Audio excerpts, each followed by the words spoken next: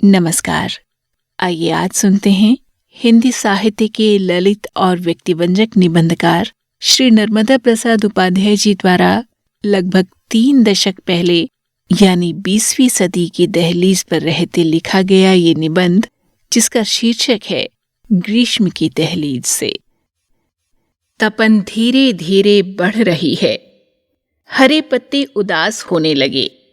खेतों में उगी गेहूं की हरी बालियां, चने और ज्वार के छोटे बड़े पौधे सूखते चुपचाप बाट जोहने लगे उन बैलगाड़ियों की जिनमें सवार होकर खेतों से उन्हें खलियानों में पहुंचना होगा।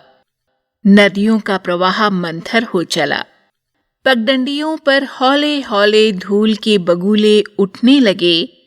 इन पगडंडियों के किनारे लगे बबूल के कांटे उलझने लगे वस्त्रों से। आम्र बौरों का यौवन ढलने लगा। पलाश की शाखों पर फूलते अंगारे गुम होने लगे। शहर के आंगन में सांझ देर तक ठहरने लगी। आभास हो रहा है कि गर्मी आने को है। गर्मी तो आएगी, वह तो नियत है, लेकिन हरियाली का उदास होना, नदी के प्रवाह का क्षीण होना और टेसू का विलुप्त होना मन को सालने लगता है। शायद इसलिए कि ग्रीष्म के आगमन को उल्लास से जोड़कर देखने की मानसिकता नहीं है। अपने मन की उदासी को प्रकृति में प्रतिबिंबित होते हुए देखा जाता है, मगर प्रकृति कभी उदास नहीं होती। हरे पत्ते उदास नहीं होते, वे तो राह देखते हैं पतझड़ की। पतझड़ आए तो उनका जीवन चक्र पूरा हो और वे अपने उत्तराधिकारी को जल्द से जल्द अपनी जगह दे सकें। खेत की हरी फसलें चुपचाप आशंकित भाव से बैलगाड़ियों की बाट नहीं जोहती। वे तो उत्सुकता के साथ अपने रसहीन होकर खलियानों में पहुंच जाने का रास्ता देखती हैं।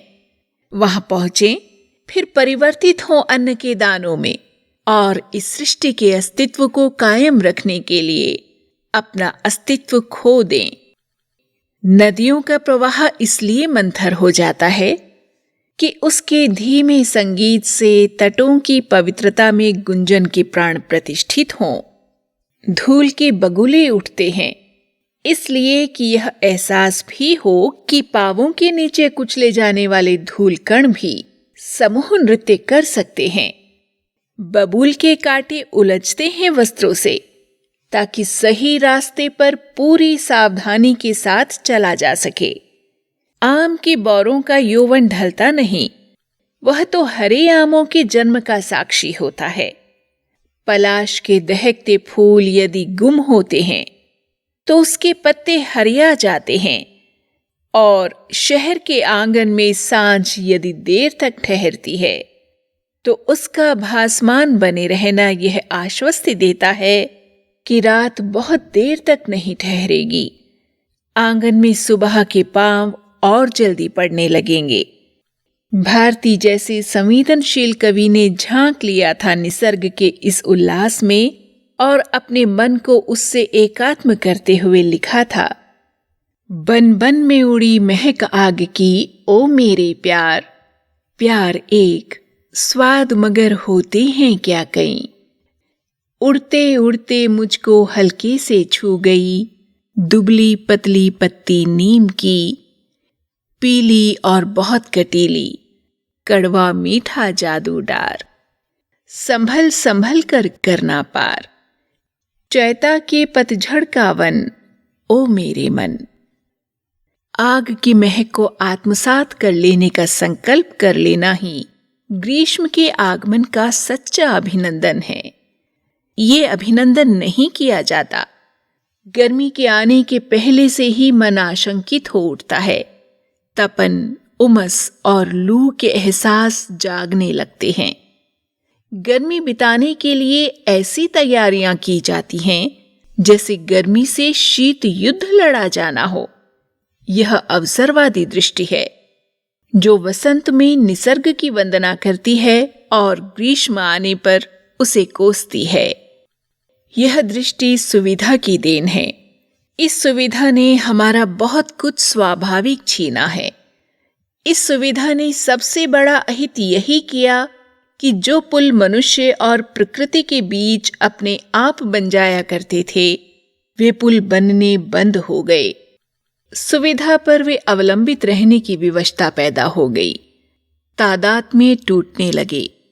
इस टूटन के लिए जिम्मेदार वह उपभोक्तावादी वृत्ति है जिसके कारण अनेकों ऐसे संकट उठ खड़े हुए जिन्हें जन्मने से रोका जा सकता था।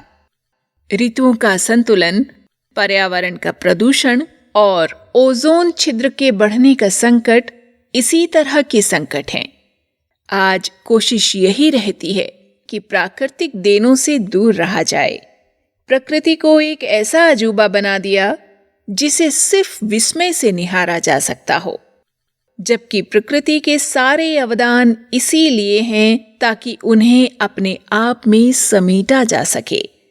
जाने कब से यह चिंतन होता आ रहा है, लेकिन इसका फल दूर दूर तक दिखाई नहीं देता। निसर्ग से निरंतर दूर रहने के कारण यह अनुभूति पनपी है कि हरे पत्ते गर्मी के आगमन की आहट को सुनकर उदास होते हैं, फसलें चुपचाप सूखती हैं और नदी का प्रवाह मंथर हो जाया करता है। ग्रीष्म की दहलीज पर खड़े खड़े ऐसे ही विचार आते हैं। अपने अनुभवों में झांको तो लगता है खुद ही कितने बदल गए और दोष औरों को देते हैं। वे घनी अमराइयां, नदी का संकरा उद्दाम प्रवाह और कच्चे आमों का खट्टा मीठा स्वाद, सब कुछ तो बिसर गया। उस दिशा में लौटना नहीं हुआ।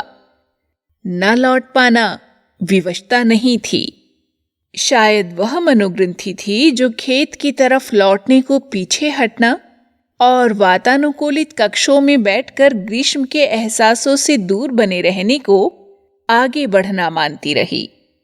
यदि अपने लोक की तरफ, अपने खेत की तरफ बार बार लौटते रहो तो यह लौटना पीछे हटना नहीं होता, बल्कि आगे बढ़ना होता है, क्योंकि अपने स्वाभाविक अनुभवों से ताकत लेकर कहीं और तेजी से आगे बढ़ा जा सकता है। आज उस लोक को ही हेय समझा जाता है जिस लोक ने हमारी अस्मिता गढ़ी। उस लोक से अपना संबंध तोड़कर अपने आप को अधुनातन घोषित करना एक क्रूर विडंबना है। जड़ों की ओर बार बार लौटने से आगे बढ़ने का नैरंतर्य कायम रहता है। इस विचार को अमल में शायद इसीलिए नहीं लाया गया क्योंकि इससे उस आभिजात्य को ठेस लगती थी जिसे ओढ़कर हम अपने वैज्ञानिक और आधुनिक होने का दंभ भरते हैं। अपनी जड़ों से कटकर यदि हम बैठे हैं तो फिर किसी विशाल देश की धरती पर नहीं बैठे, एक छोटे से एकाकी द्वीप पर बैठे हैं। यह द्वीप अपने भव्य होने का भ्रम भले दे दे, अपने जीवंत बने रहने का प्रमाण नहीं देगा। इसी सोच और आचरण का परिणाम है कि देश को तथाकथित आधुनिक कहलाने वाले लोग अपनी आंखों से नहीं देखते, पर्यटक निदेशिका की निगाह से देखते हैं। लगता है इस देश के कुछ आधुनिक कहलाने वाले बुद्धिजीवियों के लिए ये देश एक ऐसा अजूबा देश है जिसकी नए सिरे से उन्हें पहचान करनी है। अपने देश को या तो ये लोग पर्यटन निदेशिकाओं की दृष्टि से देखते हैं या उन चश्मों से जो समय समय पर आयात होते हैं। जाने कब से इन्होंने अपनी स्वयं की आंखों से अपने देश को नहीं देखा। इसी दृष्टिदोष ने एक अपारदर्शी दीवार खड़ी कर दी जिसके कारण हम एक दूसरे के लिए अजनबी हैं और गर्मी के ठीक पहले शाख पर स्थिर गंभीर हरे पत्तों को देखकर मानते हैं कि इन पत्तों की उदासी का कारण आने वाली तपन है। यह दृष्टिकोण किसी भी लिहाज से इस देश की निरंतर विकसित होने वाली दृष्टि का प्रतिनिधित्व नहीं करता। इसे बदलने की जरूरत है, इसलिए कि बिना इसके बदले देश की भावी पीढ़ियों का भविष्य नहीं बदलेगा। 21वीं सदी में 2 बरस बाद प्रवेश करने को आतुर इस देश के वासियों की यह पहली जरूरत है कि उस जातीय गंध में फिर डूबे जिसके कारण इस देश की पहचान है। अपनी पहचान की खोज पहली प्राथमिकता है। इस पहचान को पाने के लिए निस्संदेह एक सार्थक पहल चाहिए, वैज्ञानिक सोच चाहिए, प्रखर चेतना और दृढ़ संकल्प शक्ति चाहिए। इन सब का अभिनय नहीं चाहिए। इस खोज का किया जाना इसलिए भी जरूरी है क्योंकि आज जिस असमंजस के कुहासे में हमारा बोध गुम हो गया है, उस कुहासे को छांटा जाए। यह बोध मिल जाए तो यात्रा के ठहराव का मौन भंग हो। समझ पाएं कि न तो हरे पत्ते उदास हैं, न ही खेत की फसलें चुपचाप और न ही नदी का प्रवाह मंथर। यदि सांझ हमारे आंगन में देर तक ठहर गई है तो इसका यही अर्थ है कि उजाले की सांसों का आरोह अवरोह कभी थमता नहीं, किरणें कभी हार नहीं मानती, इसलिए कि इन किरणों में आग की महक बसा करती है। श्री नर्मदा प्रसाद उपाध्याय जी द्वारा अब से लगभग 3 दशक पहले लिखा गया ये निबंध जैसे आज के समय में और अधिक सटीक जान पड़ता है। हर वाक्य हमें सोचने के लिए मजबूर करता है कि क्या हम प्रकृति के मात्र उपभोक्ता बनकर रह गए हैं? क्या हम उस प्रकृति का मात्र दोहन ही नहीं कर रहे जो इस सृष्टि के अस्तित्व को कायम रखने के लिए जाने कितना कुछ देती है और फिर निस्वार्थ भाव से अपना ही अस्तित्व खो देती है? यदि हम वसंत आने पर प्रकृति का आनंद पाते हैं तो फिर क्यों शीत और ग्रीष्म ऋतुओं की आहट से भयभीत होते हैं? हर ऋतु हमें अलग अलग फसलों का आनंद देती है। प्रकृति हर ऋतु में अलग अलग अनुभवों से रूबरू कराकर नित नई रसों का आस्वादन कराती है। आज हम सभी को आवश्यकता है तो इस विषय में सोचने की और प्रकृति के साथ स्वयं को आत्मसात कर लेने की। इसी आशा में कि इस निबंध का हर एक शब्द हम सभी को एक सकारात्मक दिशा में सोचने के लिए मजबूर करे और इस प्रकृति के साथ हम अपना संबंध फिर से प्रगाढ़ रूप से कायम कर सकें। आपकी प्रतिक्रिया का इंतजार रहेगा।